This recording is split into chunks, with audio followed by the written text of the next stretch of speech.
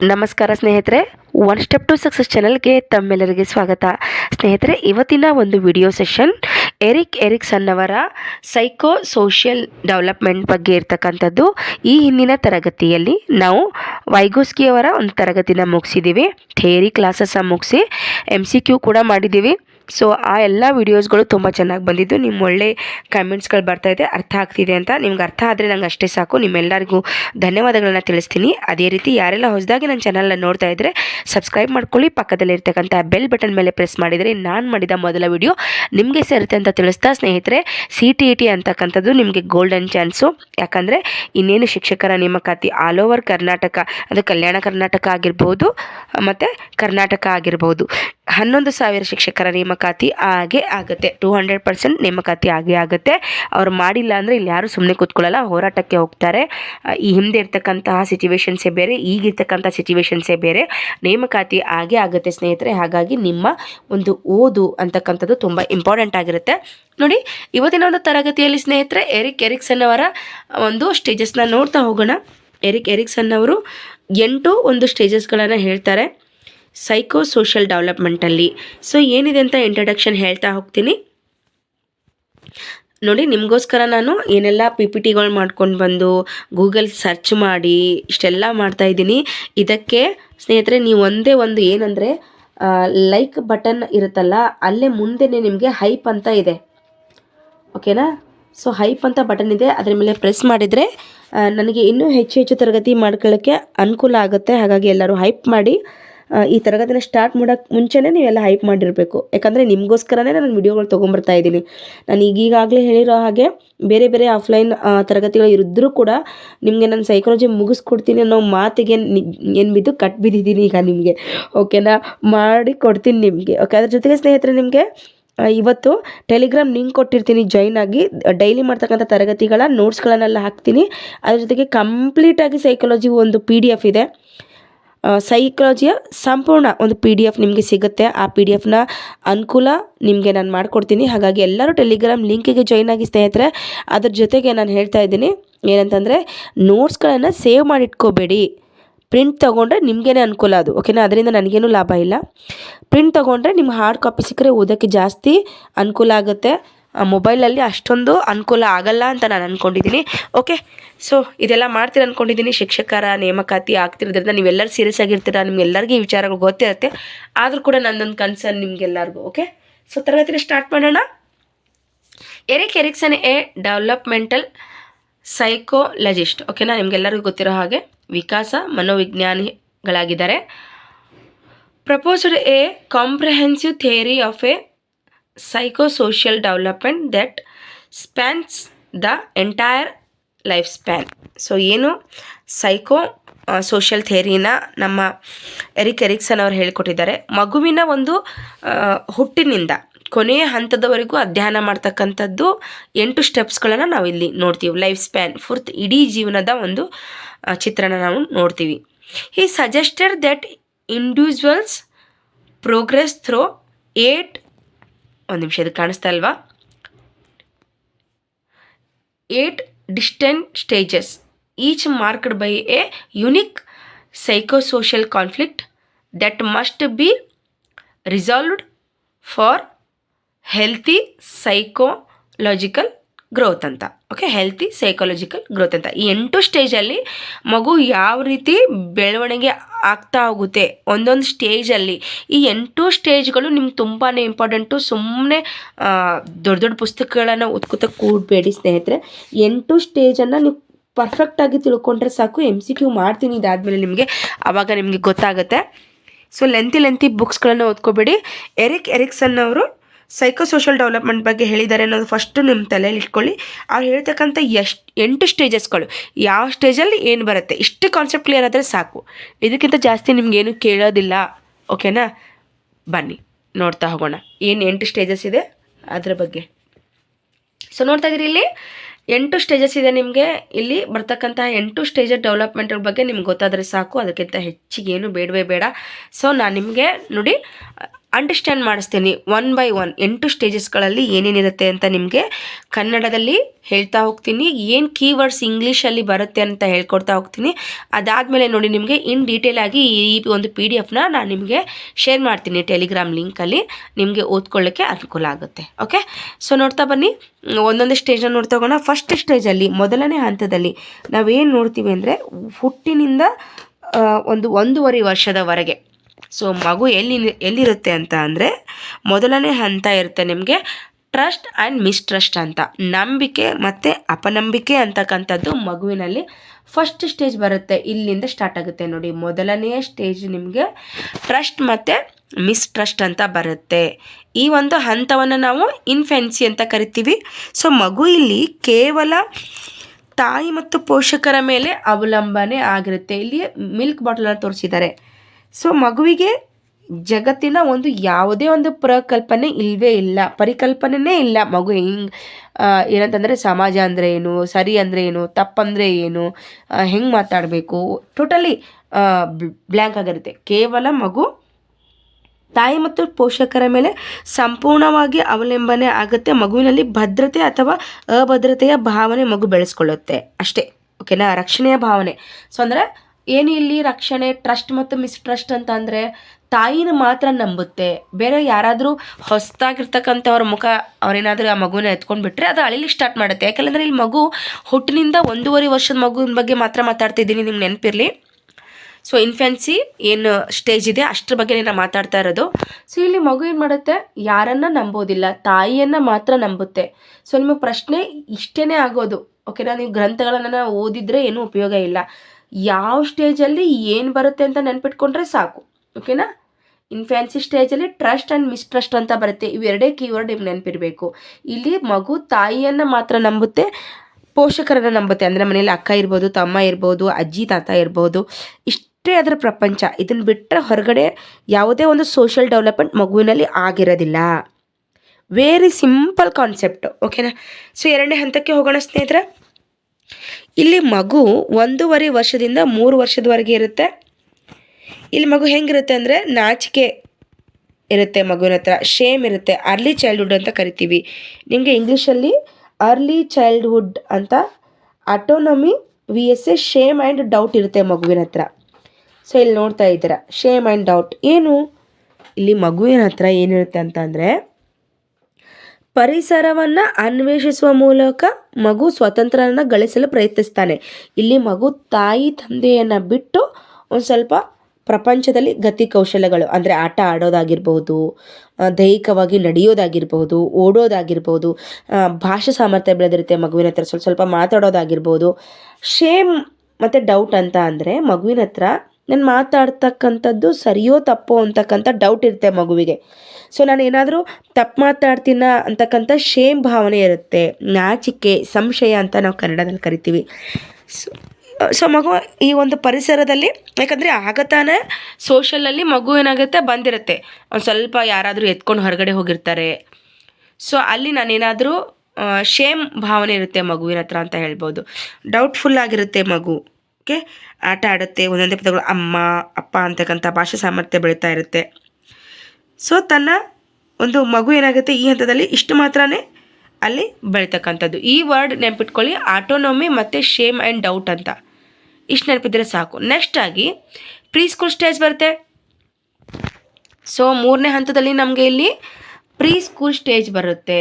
ಓಕೆನಾ, pre school stage ಒಂದು ನಿಮಿಷ ಸಾರಿ, ಏನಿರುತ್ತೆ ಇಲ್ಲಿ ಇಂಟೇಟಿವ್ vs ಗಿಲ್ಟ್ ಅಂತ ಇರುತ್ತೆ. ಇಂಟೇಟಿವ್ ಮತ್ತು ಡೌಟ್ ಇರುತ್ತೆ. ಓಕೆನಾ, ಸೊ ಏನು ಪರಿಸರದೊಂದಿಗಿನ ಅಂತರ್ಕ್ರಿಯೆಗೆ ಉಪಕ್ರಮಿಸ್ತಾನೆ, ಹಲವು ವಿಷಯಗಳ ಬಗ್ಗೆ ಪ್ರಶ್ನೆ ಮಾಡ್ತಾನೆ, ಪರಿಸರವನ್ನು ಅನ್ವೇಷಣೆ ಮಾಡ್ತಾನೆ. ಸೊ ಇಲ್ಲಿ ಅನ್ವೇಷಣೆ ಅಂತಕ್ಕಂಥದ್ದು ಒಂದು ಸಿಂಬಲ್ನ ಕೊಟ್ಟಿದ್ದಾರೆ. ಸೊ ಇದು ಯಾಕೆ ಹಿಂಗಿದೆ, ಇದು ಹಿಂಗೆ ಯಾಕಿಲ್ಲ? ಸೊ ನೋಡಿ, ನೀವು ಮಕ್ಕಳ ಮನೆಯಲ್ಲಿ ತುಂಬ ಪ್ರಶ್ನೆಗಳನ್ನು ಮಾಡ್ತಾರೆ. ಓಕೆನಾ, ಸೊ ಪಕ್ಷಿ ಯಾಕೆ ಹಾರುತ್ತೆ, ಅದು ಯಾಕೆ ನಡೆಯಂಗಿಲ್ಲ? ಓಕೆನಾ, ಸೊ ನಾನು ಸುಮ್ಮನೆ ಎಕ್ಸಾಂಪಲ್ ಹೇಳ್ತಿದ್ದೀನಿ. ಮಗು ಪರಿಸರಕ್ಕೆ ಬಂದಾಗ ಈ ಹಂತದಲ್ಲಿ ಪ್ರೀ ಸ್ಕೂಲ್ ಹಂತದಲ್ಲಿ ಎಲ್ಲನೂ ಕ್ಯೂರಿಯಾಸಿಟಿಯಿಂದ ನೋಡುತ್ತೆ. ಅದಕ್ಕೆ ಡೌಟ್ ಬಂದಾಗ ಟೀಚರ್ಸ್ಗೆ ಪ್ರಶ್ನೆಗಳನ್ನು ಕೇಳುತ್ತೆ. ಸೊ ಇದೊಂದು ಇಂಟೇಟಿವ್ ಮತ್ತು ಗಿಲ್ಟ್ ಇರ್ತಕ್ಕಂಥದ್ದು. ಗಿಲ್ಟ್ ಏನು ಮಗುವಿಗೆ ಯಾಕೆ ಗಿಲ್ಟ್ ಆಗುತ್ತೆ ಇಲ್ಲಿ ಅಂತ ಅನ್ನೋದು ಯಾವ್ದ್ರೆ ಸ್ನೇಹಿತರೆ, ಸೊ ಈ ಹಿಂದೆ ನೋಡಿರೋ ಹಾಗೆ ನಾವು ಏನಾದರೂ ತಪ್ಪು ಮಾಡಿಕೊಂಡಾಗ ಮಗು ಗಿಲ್ಟ್ ಆಗುತ್ತೆ, ಸಾಮರ್ಥ್ಯದಲ್ಲಿ ನಂಬಿಕೆ ಇರೋದಿಲ್ಲ ಅದಕ್ಕೆ. ಸೊ ನಾನು ಇದು ಮಾಡೇ ಮಾಡ್ತೀನಿ ಕಾನ್ಫಿಡೆಂಟ್ ಆಗಿ ಅಂತಕ್ಕಂಥದ್ದು ಆ ಮಗುವಿನಲ್ಲಿ ಸಾಮರ್ಥ್ಯ ಇರೋದಿಲ್ಲ. ಆದರೆ ಅದು ಮಾಡಿಬಿಡುತ್ತೆ. ಮಾಡಿದಾಗ ಅದೇನಾದರೂ ಫೇಲ್ಯೂರ್ ಆದರೆ ಅದರ ಹತ್ರ ಗಿಲ್ಟ್ ಕಾಡುತ್ತೆ. ಫಾರ್ ಎಕ್ಸಾಂಪಲ್ ಒಂದು ರನ್ನಿಂಗ್ ರೇಸ್ ಇದೆ ಅಂತ ಅಂದ್ಕೊಳ್ಳಿ. ಸೊ ರನ್ನಿಂಗ್ ರೇಸ್ ಇರೋ ಸಾಮರ್ಥ್ಯ ಅದರ ಹತ್ರ ಇದೆಯೋ ಇಲ್ವೋ ಗೊತ್ತಿಲ್ಲ ಆ ಮಗುವಿನ ಹತ್ರ, ಬಟ್ ಅದು ಪಾರ್ಟಿಸಿಪೇಟ್ ಮಾಡುತ್ತೆ. ಅದೇನಾದರೆ ಹಿಂದೆ ಉಳಿದ್ರೆ ಅದರಲ್ಲಿ ಗಿಲ್ಟ್ ಭಾವನೆ, ನಾನು ಸೋತ್ಬಿಟ್ಟೆ ಅಂತಕ್ಕಂಥದ್ದು ಅದರ ಹತ್ರ ಬರುತ್ತೆ. ಸೊ ಅಪರಾಧಿ ಮನೋಭಾವ ಬರುತ್ತೆ. ಟೀಕ್ಸುವ ಮೂಲಕ ಚಿಕ್ಕ ಮಕ್ಕಳು ಏನು ಮಾಡ್ತಾರೆ, ಸೋಲುಗಳಿಗೆ ಬೈಯುವ ಮೂಲಕ ಶಿಕ್ಷಿಸ್ತಾರೆ. ಸೊ ನೋಡಿ, ಈಗ ಫ್ರೆಂಡ್ಸ್ ಅಂತಾರೆ ನೀನು ಹಿಂದೆ ಬಿದ್ದುಬಿಟ್ಟೆ ಅಂತ ಅಂದಾಗ ಅದರ ಹತ್ರ ಗಿಲ್ಟ್ ಫೀಲ್ ಆಗುತ್ತೆ. ಅಥವಾ ಶಿಕ್ಷಕರು ನೀನು ಲಾಸ್ಟ್ ಬಂದುಬಿಟ್ಟೆ ಅಂದಾಗ ಮಗುವಿನಲ್ಲಿ ಏನಾಗುತ್ತೆ, ಒಂದು ಅಪರಾಧಿ ಮನೋಭಾವ ಉಂಟಾಗುತ್ತೆ ಅಂತಕ್ಕಂಥದ್ದು. ಇದೆಲ್ಲ ಕಾಮನ್ ಆಗಿರ್ತಕ್ಕಂಥದ್ದು. ಓಕೆನಾ. ಸೊ ಇಲ್ಲಿ ಪ್ರೀ ಸ್ಕೂಲ್ ಸ್ಟೇಜು, 3rd ಸ್ಟೇಜಲ್ಲಿ ಇಂಟೇಟಿವ್ ಮತ್ತು ಗಿಲ್ಟ್ ಅಂತಕ್ಕಂಥದ್ದು ನಿಮಗೆ ಕೀವರ್ಡ್ ಇಂಗ್ಲೀಷ್ ಮೀಡಿಯಮ್ ಅವ್ರಿಗೆ. ಇಷ್ಟು ನೆನ್ಪಿಟ್ಕೊಂಡ್ರೆ ಸಾಕಾಗುತ್ತೆ. ನೆಕ್ಸ್ಟ್ ಸ್ಕೂಲ್ ಏಜಿಗೆ ಬರುತ್ತೆ ಮಗು. ಇಲ್ಲಿ ಇಂಡಸ್ಟ್ರಿ VSA ಇನ್ ಫ್ರೀಯಸ್ಟ್ರಿ ಅಂತ ಕೊಟ್ಟಿದ್ದಾರೆ. ಏನಿದೆ ಏನಿದು ಇನ್ಫ್ರಿಯಾರಿಟಿ ಅಂತ ಅಂದರೆ, ಸೊ ನೋಡ್ತಾ ಹೋಗೋಣ ಸ್ನೇಹಿತರೆ. ಕಾರ್ಯಶೀಲತೆ ಅಥವಾ ಕೀಳಿರಿಮೆ ಅಂತ ಬರುತ್ತೆ. ಕಾರ್ಯಶೀಲತೆ. ಸೊ ಮಗು ಇಲ್ಲಿ ಒಂದು ನಿಮಿಷ ಮಗು ಇಲ್ಲಿ ಶಾಲೆಗೆ ಹೋಗುತ್ತೆ.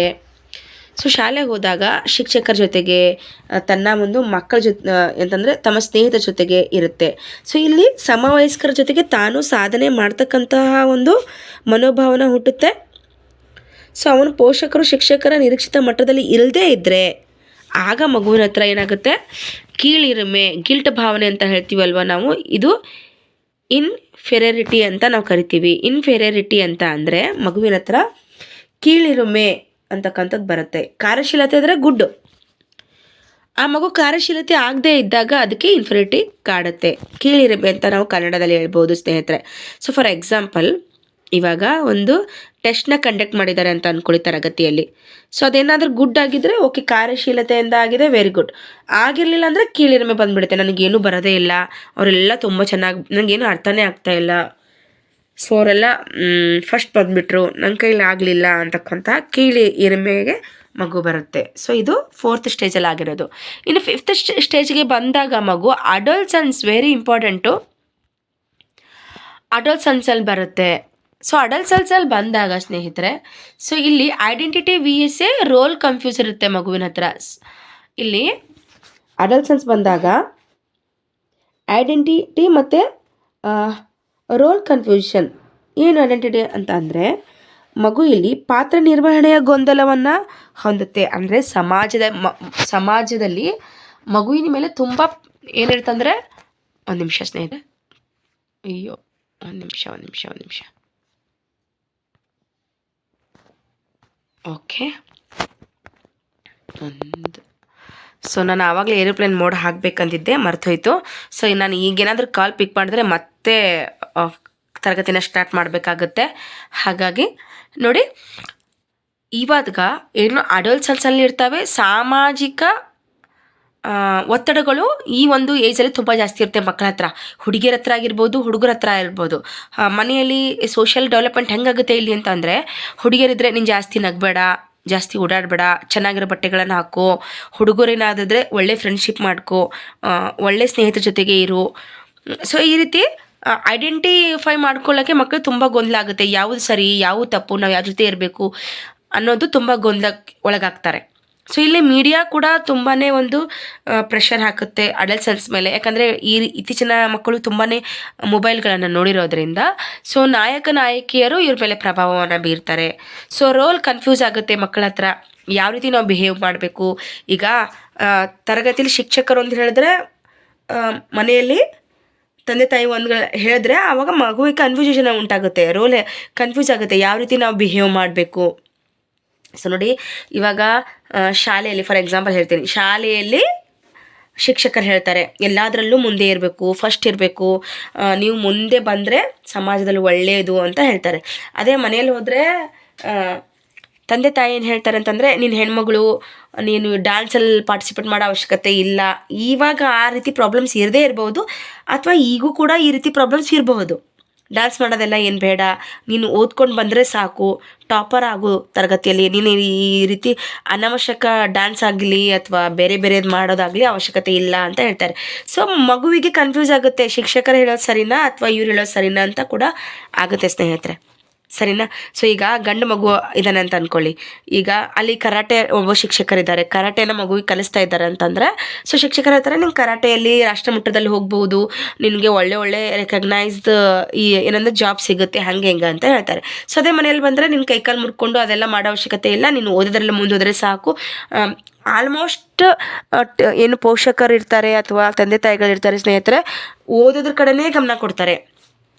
ಅದೇ ಮಕ್ಕಳು ಶಿಕ್ಷಕರಿಗೆ ಗೊತ್ತಿರುತ್ತೆ ಈ ಮಗು ಓದೋದರಲ್ಲಿ ಹಿಂದುಳಿದಿದೆ. ಸೊ ಈ ಮಗು ಓದೋದರಲ್ಲಿ ಹಿಂದುಳಿದಿದೆ ಅಂತ ಅಂದರೆ ಏನಾಗುತ್ತೆ, ಇದರಿಗೆ ಪಠ್ಯೇತರ ಚಟುವಟಿಕೆಗಳಂತ ನಾವು ಕರಿತೀವಿ, ಕರಿಕ್ಯುಲಮ್ ಆ್ಯಕ್ಟಿವಿಟೀಸ್ ಅಂತ ಕರಿತೀವಿ.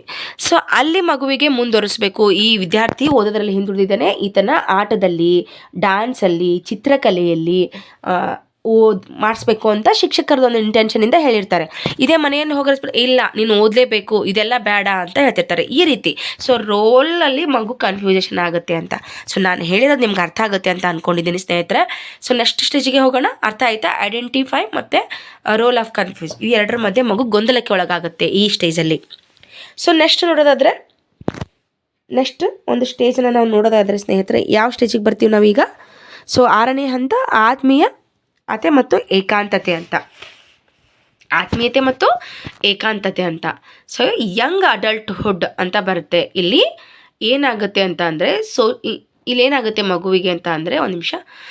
ಸೊ ಯಂಗ್ ಅಡಲ್ಟ್ಹುಡ್ಡಲ್ಲಿ ಮಗುವಿಗೆ ಸಮಾಜದಲ್ಲಿ ಅತ್ಯಂತ ಆತ್ಮೀಯತೆ ಉಂಟಾದರೆ, ಅಂದರೆ ಫ್ರೆಂಡ್ಸ್ ಜಾಸ್ತಿ ಇದ್ದರೆ ಮಗು ಏನಾಗುತ್ತೆ, ಇಲ್ಲಿ ಆರಾಮಾಗಿ ಸ್ನೇಹಿತರ ಸಂಬಂಧಗಳನ್ನು ಬೆಳೆಸ್ತಾ, ತನ್ನ ಭಾವನೆಗಳನ್ನು ತಿಳಿಸ್ತಾ, ಬೇರೆಯವ್ರದ್ದೆಲ್ಲ ತಿಳ್ಕೊತ ಒಳ್ಳೆ ರೀತಿಯಲ್ಲಿ ಅದು ಡೆವಲಪ್ ಆಗುತ್ತೆ. ಇನ್ನು ಮಗು ಏನಾದರೂ ಇಲ್ಲಿ ಸೋಷಲ್ ರಿಲೇಷನ್ಶಿಪ್ ಸಿಗದೆ ಹೋದರೆ ಅದು ಏಕಾಂತತೆ, ಒಬ್ಬನೇ ಇರ್ತಕ್ಕಂತಹ ಒಂದು ಹಂತಕ್ಕೆ ಹೋಗಿಬಿಡುತ್ತೆ ಅಲ್ವಾ. ಗಂಡ ಹೆಂಡತಿ ಆಗಿರ್ಬೋದು, ಶಿಕ್ಷಕ ವಿದ್ಯಾರ್ಥಿ ಆಗಿರ್ಬೋದು, ಆತ್ಮೀಯತೆಯ ಸಂಬಂಧಗಳು ಇಲ್ಲಿ ಕಾಣ್ಬರ್ತವೆ. ಸೊ ಆ ಮಗುವಿಗೆ ಆ ಸಂಬಂಧ ಸಿಗದೆ ಹೋದಾಗ ಆತ್ಮೀಯತೆ ಅಂತಕ್ಕಂಥದ್ದು ಒಂದು ಗಂಡ ಹೆಂಡತಿ ಮಧ್ಯೆ ಆಗಿರ್ಬೋದು, ಶಿಕ್ಷಕ ವಿದ್ಯಾರ್ಥಿಯ ಮಧ್ಯೆ ಆಗಿರ್ಬೋದು, ಸ್ನೇಹಿತೆಯರ ಮಧ್ಯೆ ಕೂಡ ಆಗಿರ್ಬೋದು. ಸೊ ಮಗುವಿಗೆ ಆತ್ಮೀಯತೆ ಸಿಕ್ಕರೆ ಅದು ಏನಾಗುತ್ತೆ, ಸೋಷಿಯಲ್ ಆಗಿ ತುಂಬ ಡೆವಲಪ್ ಆಗುತ್ತೆ. ಒಂದು ವೇಳೆ ಅದಕ್ಕೆ ಆತ್ಮೀಯತೆ ಸಿಗಲಿಲ್ಲ ಅಂತಂದರೆ ಅದು ಏಕಾಂತತೆ ಕಡೆಗೆ ಹೊರಟೋಗುತ್ತೆ ಅಂತಕ್ಕಂಥದ್ದು ಇಲ್ಲಿ ಇಂಪಾರ್ಟೆಂಟ್ ಆಗಿ ನೀವು ತಿಳ್ಕೊಂಡು ಇರಬೇಕಾಗತಕ್ಕಂಥದ್ದು. ನೆಕ್ಸ್ಟ್ ಸ್ಟೇಜಿಗೆ ಹೋಗೋಣ. ಅಡಲ್ಟ್ಹುಡ್ ಅಂತ ಕರಿತೀವಿ. ಮಿಡಲ್ ಅಡಲ್ಟ್ಹುಡ್ ಇಲ್ಲೇನಾಗುತ್ತೆ, ಮಗುವಿನ ಹತ್ರ ಸೃಜನಶೀಲತೆಯ ನಿಲುಗಡೆ ಅಂತ ಬರ್ತೀವಿ. ಇಲ್ಲಿ ಅಹಂ ಪ್ರವೃತ್ತಿ ಇರಲಿ, ಸ್ವಾರ್ಥತೆ ಅಲ್ಲಿ ಇದ್ಯಾವುದು ಕಂಡು ಬರೋದಿಲ್ಲ ಸ್ನೇಹಿತರೆ. ಮಗು ಒಂದು ಉತ್ತಮವಾದಂತಹ ಒಂದು ಹಂತಕ್ಕೆ ಹೋಗಿರುತ್ತೆ. ಇಲ್ಲಿ ಮಗು ತನ್ನದೇ ಆದ ಒಂದು ಸಮಾಜದಲ್ಲಿ ಒಂದು ಆಲ್ರೆಡಿ ಈ ಎಲ್ಲ ಹಂತಗಳು ಬಂದಿರೋದ್ರಿಂದ ತನ್ನದೇ ಆದ ಒಂದು ಕುಟುಂಬವನ್ನು ಹೊಂದಿರ್ತಾನೆ, ತನ್ನದೇ ಆದ ಒಂದು ಪರ್ಸ್ನಾಲಿಟಿನ ಹೊಂದಿರ್ತಾನೆ. ಇಲ್ಲಿ ಯಾವುದೇ ಡೌಟ್ ಇರಲ್ಲ, ಆಲ್ರೆಡಿ ಆತ ಎಲ್ಲವನ್ನ ಮೀರ್ಕೊಂಡು ಬಂದಿರ್ತಾನೆ. ಹಾಗಾಗಿ ಇಲ್ಲಿ ಮಗು ಏನಾಗುತ್ತೆ ಅಂತಂದರೆ, ಜೀವನದಲ್ಲಿ ಎಲ್ಲ ಹಂತವನ್ನು ದಾಟ್ಕೊಂಡು ಬಂದಿರೋದ್ರಿಂದ ಮಗು ತುಂಬ ಸಾಮಾಜಿಕ ಉತ್ತಮವಾದ ಸಂಬಂಧವನ್ನು ಹೊಂದಿರ್ತಾನೆ. ಓಕೆ, ಸೊ ಲಾಸ್ಟಲ್ಲಿ ನಾವು ನೋಡ್ತೀವಿ ಮ್ಯಾಚುರಿಟಿ. ಓಕೆನಾ, ಮ್ಯಾಚುರಿಟಿ ಇಲ್ಲಿ ಈಗೋ ಏನಿರುತ್ತಲ್ಲ ಹೋಗಿರುತ್ತೆ, ಅಹಂ ಅಂತಕ್ಕಂಥದ್ದು ಇಲ್ಲಿ ಇರೋದೇ ಇಲ್ಲ. ಈಗೋ ಇಂಟಿಗ್ರಿಟಿ ಅಂತ ಕರಿತೀವಿ. ಓಕೆ, ಸೊ VS ಡಿಸ್ಪೇರ್ ಅಂತ. ಸೊ ಈ ಒಂದು ಹಂತದ ಕೊನೆಯ ಹಂತ ಆಗಿರೋದ್ರಿಂದ ಜೀವನದ ಎಲ್ಲ ಹಂತಗಳು ಇಲ್ಲಿ ಮುಗ್ದಿರುತ್ತೆ, ಅಹಂ ಹೊರಟೋಗಿರುತ್ತೆ. ಸೊ ಆ ತೃಪ್ತಿಯನ್ನು ಒಂದು ವೇಳೆ ಆತ ಏನು ಜೀವನದಲ್ಲಿ ಸಕ್ಸಸ್ ಆಗಿದ್ದರೆ, ಇದನ್ನು ನೆನ್ಪಿಟ್ಕೊಳ್ಳಿ ಕರೆಕ್ಟಾಗಿ, ಜೀವನದಲ್ಲಿ ಸಕ್ಸಸ್ ಆಗಿದ್ದರೆ ನನ್ನ ಹತ್ರ ತೃಪ್ತಿ ಇರುತ್ತೆ. ಆ ವ್ಯಕ್ತಿ ಸಕ್ಸಸ್ ಆಗಿಲ್ಲ ಅಂತಂದರೆ ಇದು ಕೊನೆಯ ಹಂತ ಅಲ್ವಾ ಜೀವನದಲ್ಲಿ. ಇವಾಗ ನೋಡಿ, ನಾನು teacher, as A teacher government teacher ಆಗಬೇಕು ಅಂತಕ್ಕಂಥ ಒಂದು ಕನಸನ್ನು ನಾನು ಅಡೋಲ್ಸನ್ಸಲ್ಲಿ ಆ ಒಂದು ಕನಸನ್ನು ಕಂಡಿದ್ದೀನಿ ಅಂತ ಅಂದ್ಕೊಳ್ಳಿ. ನಾವು ಸಕ್ಸಸ್ಫುಲ್ಲಾಗಿ ಆಗಿದ್ದರೆ ನನಗೆ ಏನಿರುತ್ತೆ, ತೃಪ್ತಿ ಇರುತ್ತೆ. ಒಂದು ವೇಳೆ ಆಗಿಲ್ಲ ಅಂತ ಅಂದ್ಕೊಳ್ಳಿ, ಆವಾಗ ನಮಗೆ ಆ ತೃಪ್ತಿ ಆಗೈತೆ ಜೀವನದ ಬಗ್ಗೆ. ಈಗ ಅಜ್ಜ ಅಜ್ಜಿ ಇರ್ತಾರೆ, ಹೋಗಿ ನೀವು ಅವರು ಗುಣಗುಣ ಅಂತಿರ್ತಾರೆ. ಒಂದು ಜೀವನದಲ್ಲಿ ಅವ್ರು ಸಕ್ಸಸ್ಫುಲ್ ಕಂಡು ಅವ್ರ ಮಕ್ಕಳು ಕೂಡ ಒಂದು ಹಂತದಲ್ಲಿದ್ದರೆ, ನನ್ನ ಜೀವನದಲ್ಲಿ ತೃಪ್ತಿ ಹೊಂದಿದ್ದೀನಿ, ನನ್ನ ಮಕ್ಕಳು ಎಲ್ಲ ಒಂದು ಗೌರ್ಮೆಂಟ್ ಜಾಬಲ್ಲಿದ್ದಾರೆ, ಒಬ್ಬರು ಬಿಸ್ನೆಸ್ ಮ್ಯಾನ್ ಆಗಿದ್ದಾರೆ, ಅವ್ರನ್ನ ತುಂಬ ಚೆನ್ನಾಗಿ ಆಸ್ತಿ ಮಾಡಿಟ್ಟಿದ್ದೀನಿ, ನನ್ನ ಜೀವನದಲ್ಲಿ ಏನೂ ತೊಂದರೆ ಇಲ್ಲ ಅಂತ ತೃಪ್ತಿ ಹೊಂದಿರ್ತಾರೆ. ಅವರು ಮಕ್ಕಳಿಗೆ ಉಪದೇಶ ಮಾಡ್ತಿರ್ತಾರೆ. ಇನ್ ಕೇಸ್ ಅವ್ರೇನಾದರೂ ಫೇಲ್ಯೂರ್ ಆಗಿದ್ದರೆ, ಅಯ್ಯೋ ಸಾಕಾಗೋಯ್ತು, ಜೀವನನೇ ಗೋಳಾಗೋಯ್ತು, ನನ್ನ ಜೀವನದಲ್ಲಿ ಏನೂ ಸಾಧನೆ ಮಾಡಲಿಲ್ಲ, ಮಕ್ಕಳಾದರೂ ಚೆನ್ನಾಗಿ ಮಾಡ್ತಾರೆ ಅಂದ್ಕೊಂಡಿದ್ವಿ, ಅವರು ಕೂಡ ಮಾಡಲಿಲ್ಲ ಅನ್ನೋ ಆ ತೃಪ್ತಿ, ನಾನು ಹೇಳ್ತಕ್ಕಂಥ ಅರ್ಥ ಮಾಡ್ಕೊಳ್ಳಿ. ಸೊ ಆ ತೃಪ್ತಿ ಇರುತ್ತೆ. ಅವ್ನ ಜೀವನದಲ್ಲಿ ಸಕ್ಸಸ್ ಕಂಡ್ಕೊಂಡಿದ್ರೆ ತೃಪ್ತಿ ಇರುತ್ತೆ, ಕಂಡ್ಕೊಂಡಿರಲಿಲ್ಲ ಅಂದರೆ ಅತೃಪ್ತಿ ಇರುತ್ತೆ. ಇಷ್ಟೇ ಈ ಸ್ಟೇಜಲ್ಲಿ, ಕೊನೆಯ ಸ್ಟೇಜಲ್ಲಿ, ಮೆಚುರಿಟಿ ಸ್ಟೇಜಲ್ಲಿ ಬರ್ತಕ್ಕಂಥದ್ದು ಈ 8 ಸ್ಟೇಜ್ಗಳು. ನೆನ್ಪಿಟ್ಕೊಳ್ಳಿ, ಈ 8 ಸ್ಟೇಜ್ಗಳು ತುಂಬ ಇಂಪಾರ್ಟೆಂಟ್ ಆಗಿರುತ್ತೆ. ಇಷ್ಟೇ ಇರ್ತಕ್ಕಂಥದ್ದು. ನೀವು ಕಾನ್ಸೆಪ್ಟನ್ನ ಕ್ಲಿಯರ್ ಮಾಡ್ಕೊಳ್ಳಿ. ಯಾವ ಹಂತದಲ್ಲಿ ಮಗುವಿನ ಮನೋಭಾವನೆ, ಅವನ ಸಾಮಾಜಿಕ ಮನೋಭಾವನೆ ಯಾವ ರೀತಿ ಇತ್ತು ಅಂತ ನಿಮ್ಗೆ ಕಂಪ್ಲೀಟಾಗಿ 8 ಸ್ಟೇಜ್ಗಳನ್ನು ಹೇಳ್ಕೊಟ್ಟಿದ್ದೀನಿ. ಎರಿಕ್ಸನ್ ಅವರ ಸೈಕೋ ಸೋಷಿಯಲ್ ಥಿಯರಿ ಇಷ್ಟೇ ಇರೋದು ಸ್ನೇಹಿತರೆ. ನಿಮಗೆ ನೆಕ್ಸ್ಟ್ ವಿಡಿಯೋಲ್ಲಿ MCQ ತೊಗೊಂಡು ಬಂದಾಗ ಇನ್ನೂ ನಿಮ್ಗೆ ಇದ್ರ ಬಗ್ಗೆ ಕ್ಲಿಯಾರಿಟಿ ಗೊತ್ತಾಗುತ್ತೆ. ಯಾಕಂದರೆ ಥಿಯರಿ ಗೊತ್ತಾಯಿತು, ಕ್ವಶನ್ಸ್ ಹೆಂಗೆ ಬರುತ್ತೆ ಅಂತ ನಿಮಗೆ ತಲೆಯಲ್ಲಿ ಓಡ್ತಾ ಇರುತ್ತೆ ಈಗ. ಹಾಗಾಗಿ ಪ್ರಶ್ನೆಗಳನ್ನು ತೊಗೊಂಡು ಬರ್ತೀನಿ, ಸುಮಾರು ಪ್ರಶ್ನೆಗಳನ್ನು ತೊಗೊಂಡು ಬರ್ತೀನಿ. ನೀವು ಅದನ್ನು ಬಿಡಿಸಿದಾಗ ಇನ್ನೂ ನಿಮಗೆ ಈಸಿ ಆಗುತ್ತೆ. ಸೊ ನಾನು ಏನು ಎಕ್ಸ್ಪ್ಲನೇಷನ್ ಮಾಡಿದ್ದೀನಲ್ಲ, ಅದರಲ್ಲಿ ಕಂಪ್ಲೀಟ್ ಆದ ಮಾಹಿತಿ ಇಲ್ಲಿದೆ ನೋಡಿ. ಸೊ ಸ್ಟೇಜ್ 1ಅಲ್ಲಿ ಏನಾಗುತ್ತೆ, ಟ್ರಸ್ಟ್ ಮಿಸ್ಟ್ರಸ್ಟ್ ಆಗಿರ್ಬೋದು, ಇಲ್ಲಿ ಕಂಪ್ಲೀಟಾಗಿ ಇಲ್ಲಿ ಮಾಹಿತಿ ಇದೆ. ಇದು ನೋಡ್ತಿದ್ದೆ ನಿಮಗೇನೆ ಕನ್ನಡದಲ್ಲಿ ಈಸಿಯಾಗಿ ನಾನು ಹೇಳ್ಕೊಟ್ಟೆ, ಓಕೆನಾ. ಸೊ ಇದನ್ನು ನಾನು ನಿಮಗೆ PDF ನಾನು ಹಾಕ್ತೀನಿ, ಟೆಲಿಗ್ರಾಮ್ ಲಿಂಕ್ ಕೊಟ್ಟಿರ್ತೀನಿ. ಸೊ ಆ ಲಿಂಕ್ನ ಜಾಯಿನ್ ಆಗಿ PDF ತೊಗೊಳ್ಳಿ. ಇದು ಇವತ್ತಿನ ತರಗತಿದು PDF. ಅದ್ರ ಜೊತೆಗೆ ಸ್ನೇಹಿತರೆ ನಾನು ಏನು ಮಾಡ್ತೀನಿ ಅಂತಂದರೆ, ಇಡೀ ಸೈಕಾಲಜಿ ತರಗತಿಯ ಒಂದು PDF ಕೊಟ್ಟಿರ್ತೀನಿ. ಆ PDF ಪ್ರಿಂಟ್ಔಟ್ ತೊಗೊಂಡು ಓದ್ಕೊಳ್ಳಿ, ಓಕೆನಾ. ಸೊ ಇದು ಚಿಕ್ಕ ಪುಟ್ಟ ಇದ್ಯಾವುದನ್ನು ನೀವು ಡೌನ್ಲೋಡ್ ಮಾಡ್ಕೊಳ್ಳೋಕೆ ಹೋಗಬೇಡಿ. ನಾನು ಕ್ಲಾಸ್ ಮಾಡ್ತೀನಿ, ಅದಾದಮೇಲೆ ರಿವಿಸ್ಗೋಸ್ಕರ ಈ PDFಗಳನ್ನು ಏನು ಮಾಡಿ ಓದ್ಕೊಳ್ಳಿ. ಅದೇ ಟೋಟಲ್ ಆಗಿ ಒಂದು PDF ಹಾಕಿರ್ತೀನಿ ನಿಮಗೆ. ಸೊ ಆ PDF ಡೌನ್ಲೋಡ್ ಮಾಡಿಕೊಂಡು ನೀವು, ಅದು ನಿಮಗೆ ಬಿಟ್ಟಿದ್ದು, ಓಕೆ. ನಾನು ಮಾಡಿಕೊಂಡ್ರೆ ಒಳ್ಳೇದಂತ ನಾನು ಹೇಳ್ತೀನಿ ಅಷ್ಟೇ. ಸೊ ಇದು ಇವತ್ತಿನ ತರಗತಿ ಆಗಿತ್ತು. Thank you so much watching this video. Hype ಮಾಡಿ ಸ್ನೇಹಿತರೆ, ಓಕೆ. ಹೈಪ್ ಮಾಡೋದನ್ನು ಮರಿಬೇಡಿ. Thank you.